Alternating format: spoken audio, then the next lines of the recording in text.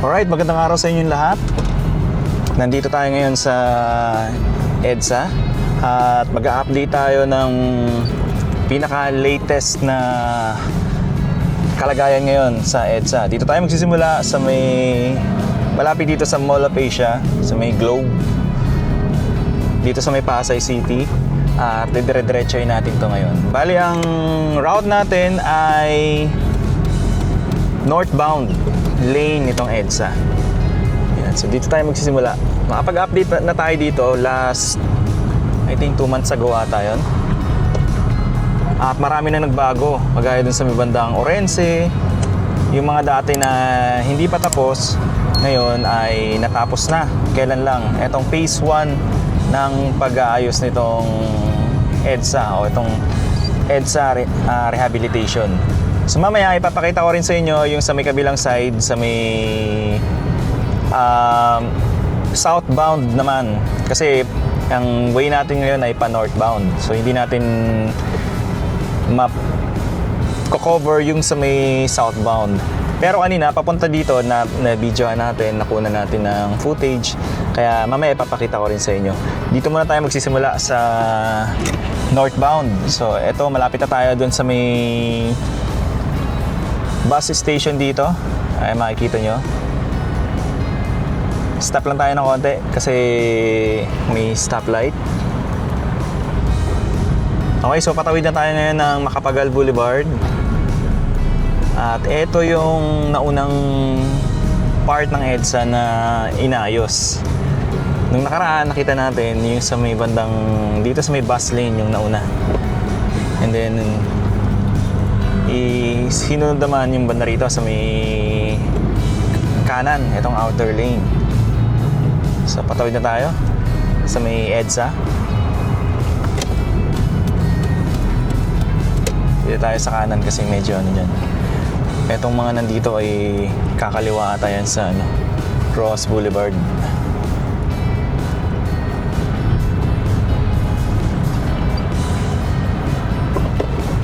Dito sa kaliwa, ito yung busway o yung bus stop. So, tawid tayo dito sa Ross Boulevard. Ay, abot na tayo.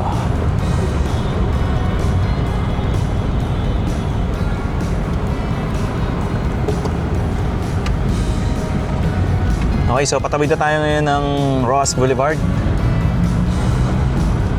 Ay, makikita natin. Ganito pala yung yung papansin nyo, yung spalto rito, itim na itim pa, oh. Tsaka napakakinis niya, oh. Para kang para siyang runway, oh. Flat na flat yung spalto. Tsaka kitang-kita mo na bagong-bago pa kasi pa siya, parang kumikinang-kinang pa siya. Tsaka napaka-dark pa nung color nung spalto. Yung dun sa may bandang MOA, dahil yun yung nauna, o yung dito sa may bandang sa may bago tumawid ng Ross Boulevard, medyo kupas na yung kulay ng spalto. Pero yun yung naunang part sa paggawa ng phase 1 ng EDSA rehabilitation. Ayan, makikita nyo both side, lahat na na espaltohan na. And same lang din doon sa may southbound, magmula doon sa may Orense o yung papunta doon sa may Estrella, paakyat ng Ayala Boulevard, makinis na rin yung spalto. Dito medyo nagkaka-traffic tayo kasi ito yung patawid sa Taft Avenue. So yan.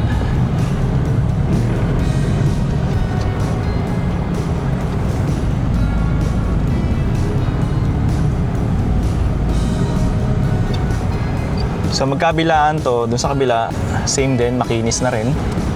And then dito, makinis na rin. So tapos na yung yung phase 1. At tingin ko, nabalitaan ko na magkakaroon pa ng bidding ata para sa phase 2. Kung sinong contractor yung gagawa ata. So hindi pala isang contractor lang yung gagawa. Parang iba-iba kada isang phase 1. Phase 1, phase 2, magkakaiba.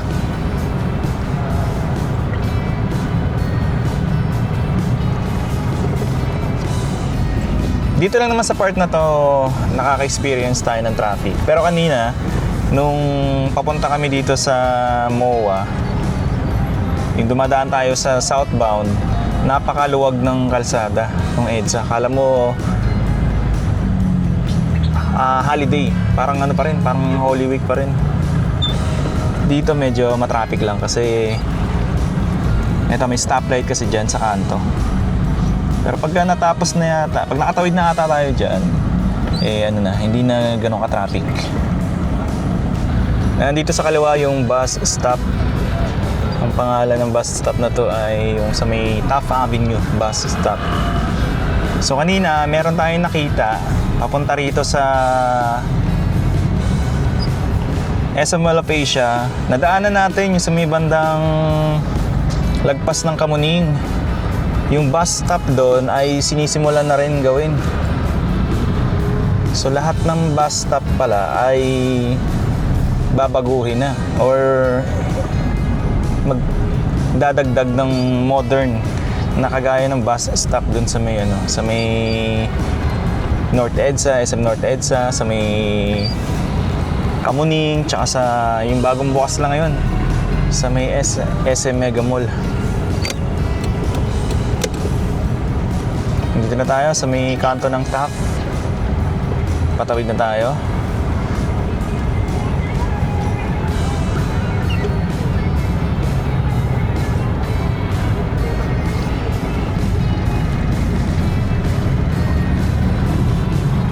Okay, patawid na tayo ng Taft Avenue, corner EDSA. Ngayon nga pala ay April 9, 2026. Mag-aalas 5 na ng hapon, so rush hour na pala, kaya medyo matraffic na rin. Pero etong traffic na to, mas maluwag pa to kapag nung mga panahon na hindi pa nagtataas yung presyo ng diesel at saka gasolina.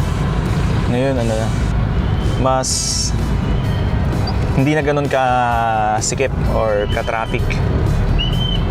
So dito tayo, and dito tayo sa may inner lane. Dito allowed naman tayo dumaan dito kasi shared lane to. So makikita nyo, ito bagong ano pa lang din yung spalto. Bagong lagay pa lang. And yung pintura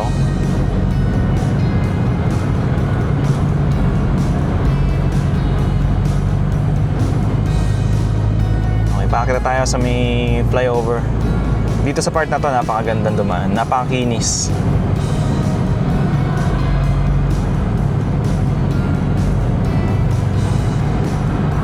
Iba talaga kapag spalto yung daan, Talagang ang ganda ng ng takbo ng sasakyan, ang smooth. Yung last na vlog natin, mararamdaman nyo pa yung yung bump ng sasakyan. Parang maano pa siya. Kumakalabog-kalabog. Ngayon, ito na. Napakakinis na.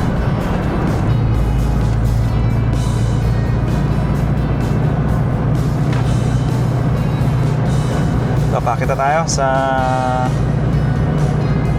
Magallanes flyover. Napaka-smooth ng biyahe natin.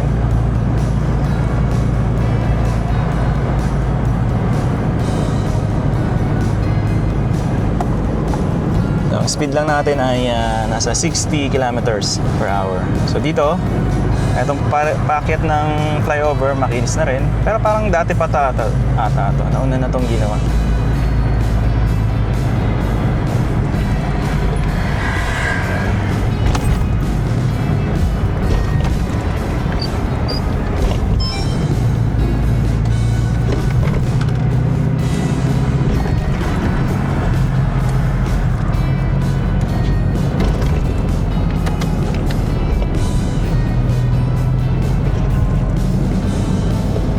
Dito nga pala sa kabila, yung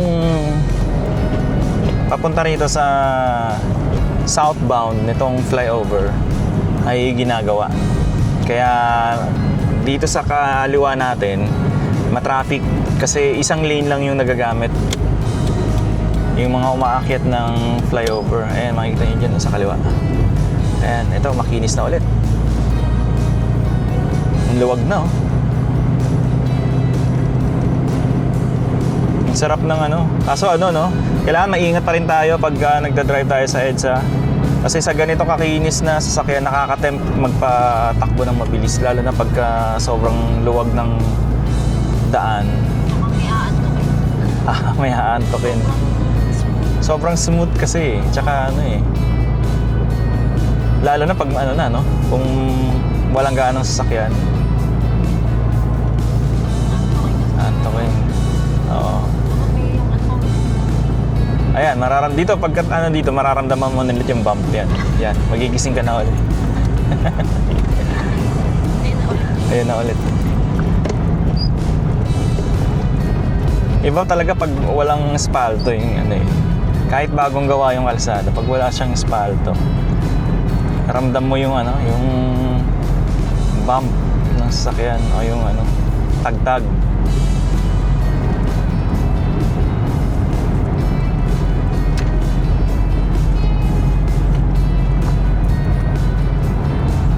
Ayan, dito tayo sa ilalim.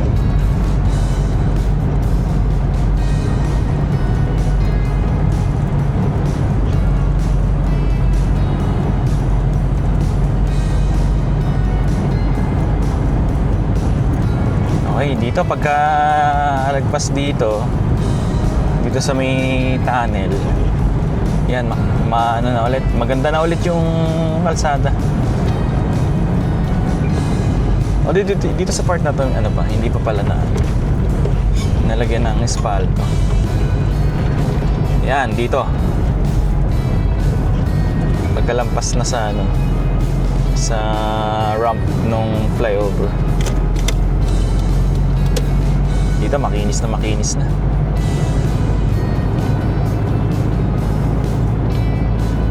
Malapit na tayo, papuntang Guadalupe. Yung phase 1 ang alam ko ay hanggang ano lang, hanggang Orense lang siya. So pagkalampas natin ng Orense, tingnan natin kung ano na yung itsura ng ano doon, nung espalto. Pero dito napakakinis na.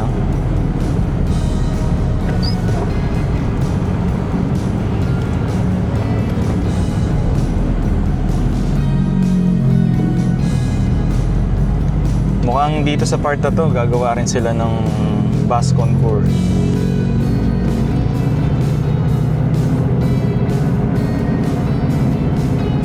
So dito, hindi pa sila guhit sa daan. Pero dito sa bandang bus lane, may yellow line na.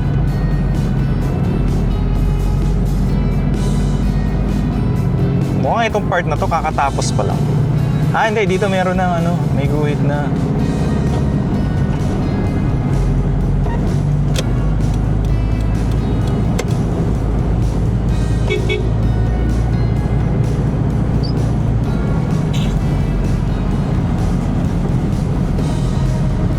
Ito naman yung pakanan dyan sa papuntang BGC.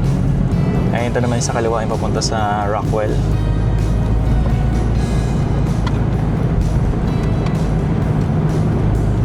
Dito makinis na talaga.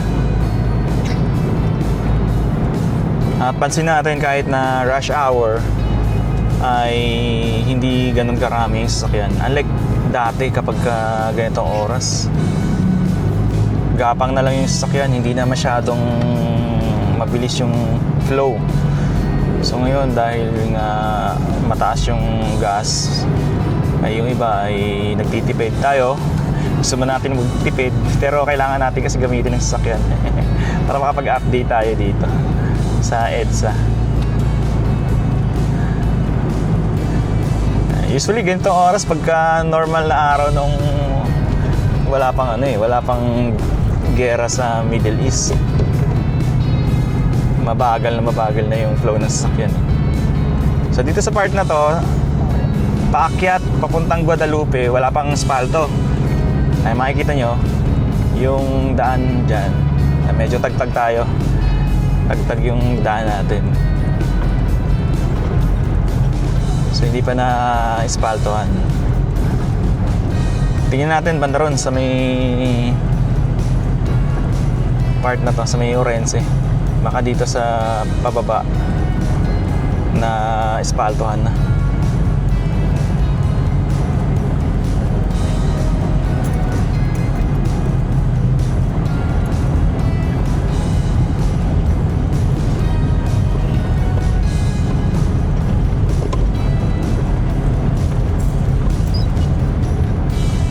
Okay na pala dito.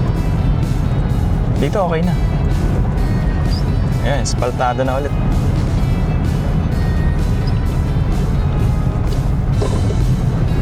Lagpas na pala tayo ng Orense.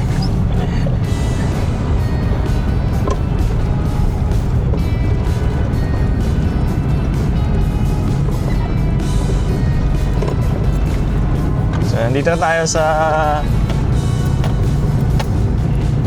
bus sa may bandang Guadalupe. Bus stop. Maluwag oh. Maluwag yung EDSA. Ito yung sinasabi ko sa inyo. Ayan oh, may ginagawa sila dyan oh. Oh. Ito oh, may construction oh, dyan sa kaliwa oh. Gagawa rin sila dyan ng ano, yung modern na ano, bus stop. Kagaya dun sa ano, sa SM North tsaka sa ano, Kamuning. So dito pa ano na tayo, punta na tayo ng show.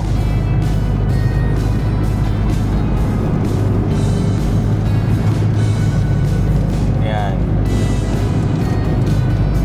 Tuloy-tuloy. Walang gaanong traffic. Siguro magkakaroon ulit ng traffic bandang, tingin ko bandang Cubao. Dito sa part na to, makinis na rin yung kalsada. Pero alam ko matagal na ata itong nagawa, itong banda rito. I think hindi na yata kailangan pa ng ano dito.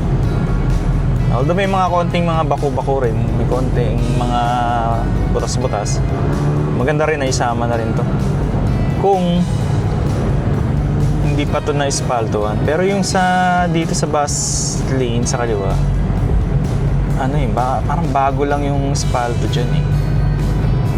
Bagong pintura nga lang din oh.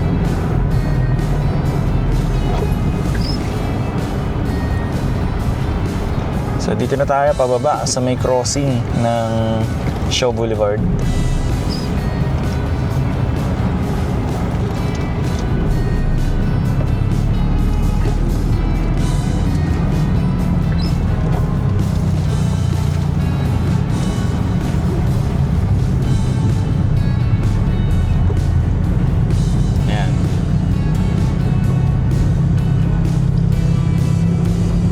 Dito may mga konting ano,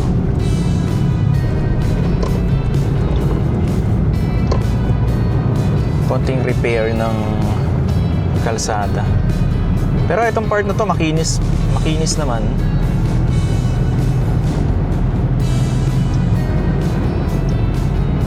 Pero maganda kung lalagyan din nila ng espalto para lahat talaga, buong EDSA makinis, walang lubak na kagaya nun.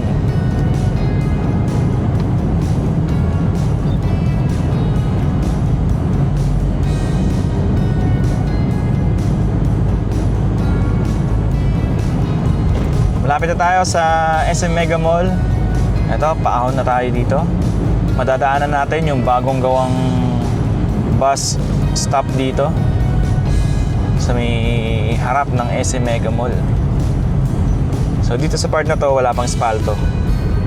Although makinis naman, kaso hindi kagaya ng sa unang part ng EDSA, yung dun sa may bandang Pasay na talagang sobrang kinis. And ito na yung ano ngayon, yung bus stop dito, busway station. So expect pala natin na magkakaroon pa na mas marami pang busway station. Ito, SM Mega Mall. Ganda oh. modern. Dito lagyan siguro nila ng mga ano dyan, mga signboard para ano, maganda-ganda naman yung sa gilid. O kaya yung mga LED ano, LED screen. So far wala pa tayong masyadong traffic na na-encounter. Maliban na lang doon sa may patawid kanina sa may Taft Avenue along ano, Baclaran. Doon na tayo medyo na traffic ng konti. Pero hindi siya worst na traffic na masasabing talagang traffic na traffic. Ano lang siya, medyo naipon lang yung sasakyan kasi nga may stoplight. Pero dire-diretso tayo ngayon, no? Rush hour, pero hindi tayo naiipit sa traffic. Yun pala yung konting naging advantage ng ano, mataas yung presyo ng ano, diesel. Kumonti yung sasakyan na bumabiyahe dito sa ano, highway.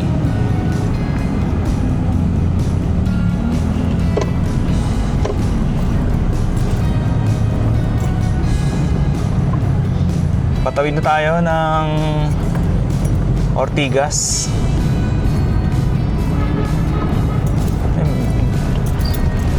Dito medyo bumabagal tayo.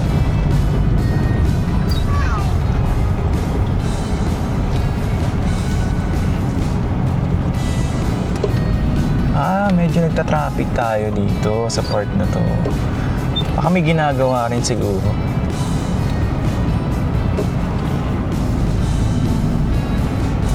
Tingnan natin. Pero parang may nasiraan ata na sasakyan dito. Ay, may nasiraan na van.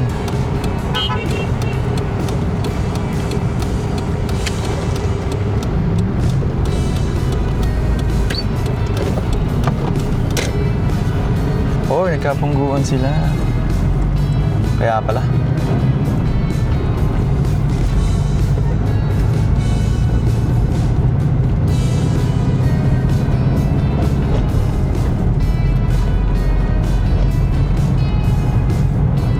Yun. So wala naman pala talagang traffic.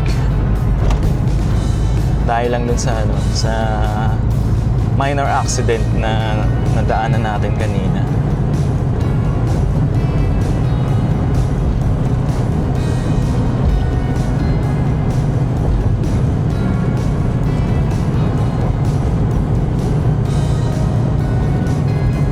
Okay, dito sa part na to, ayan, wala pa tayong nakitang ano, wala pang magbabago rito.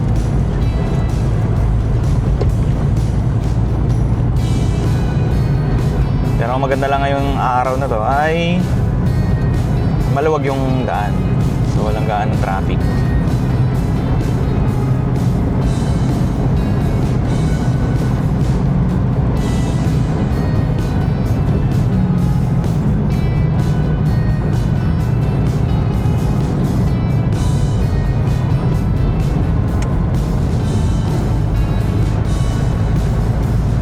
Dito sa kabila, wala pa rin espalto yung bus lane.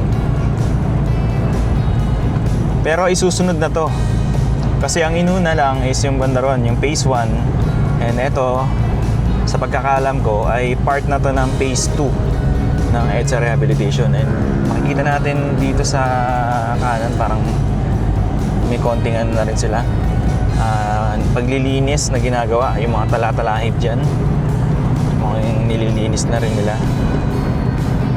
At yung sidewalk, hopefully mas palaparan pa nila para mas ano na, maganda ng maglakad.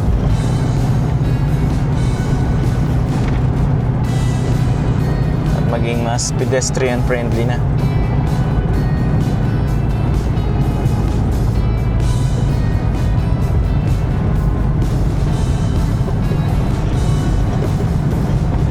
Dito na tayo sa may Santolan Station ng MRT 3.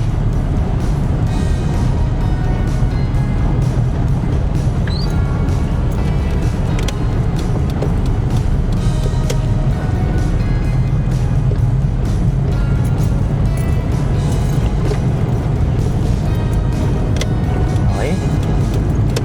Makita tayo.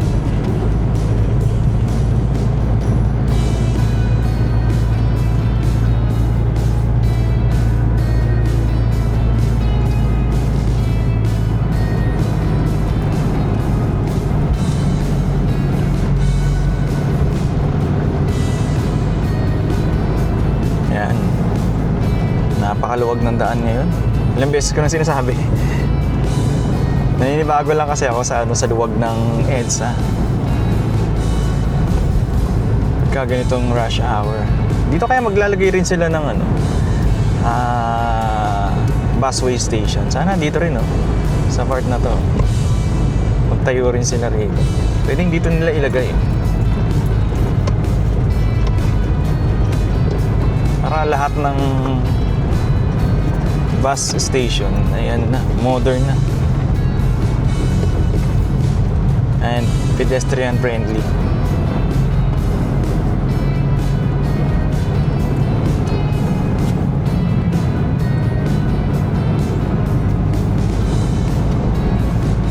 Dito na tayo sa may bandang Cubao. Uy, ang ganda ng mga flowers sa Center Island. Tapos makikita nyo sa kanan, na na rin, napinturahan na rin yung mga gilid nito.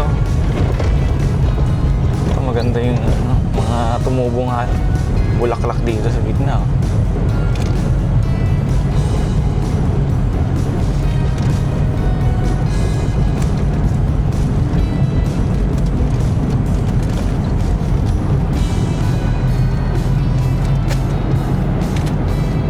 Dito sa part na to, makinis na yung makinis na ulit.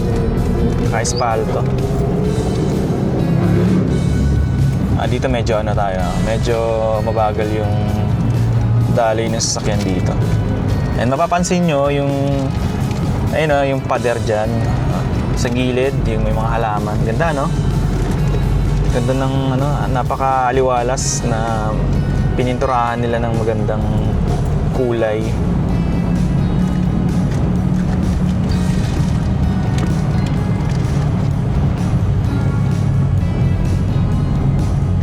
So dito lang naman sa part na to.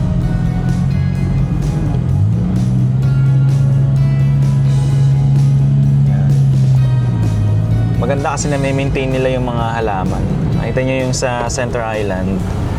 Ang ganda ng tubo ng mga bonggambilya. Tapos yung mga halaman din dito, yung mga nakasabit sa gilid.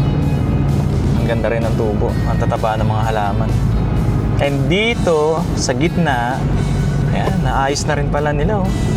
Dati puro to blanco to dati. Yung gitna na yan, makita nyo, yung sa Center Island na to. Dati ilan lang yan. Kalbo na yung mga halaman. Tapos may mga, may mga street dweller na nandyan, nakapwesto. Ngayon, ang ganda na, Maganda kung buong Center Island ng EDSA. Naayos na nila. Dire-diretso na pala hanggang dun.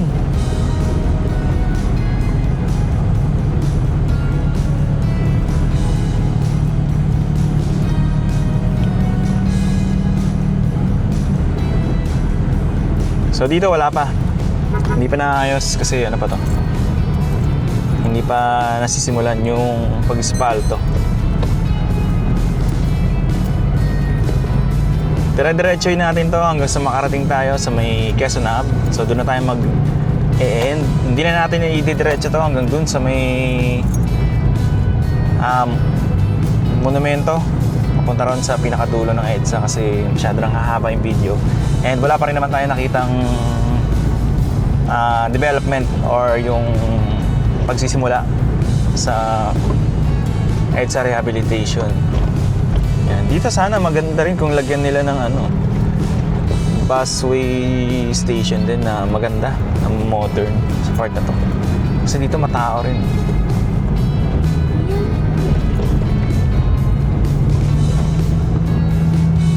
And eto, maganda kasi napinturahan nila yung flyover.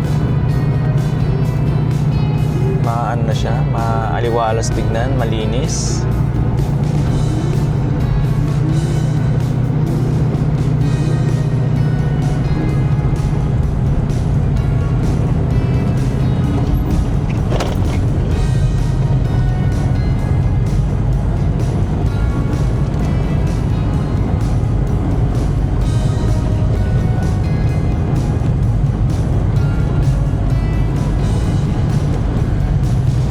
Last time na nag-vlog tayo rito, Hindi pa napinturahan to.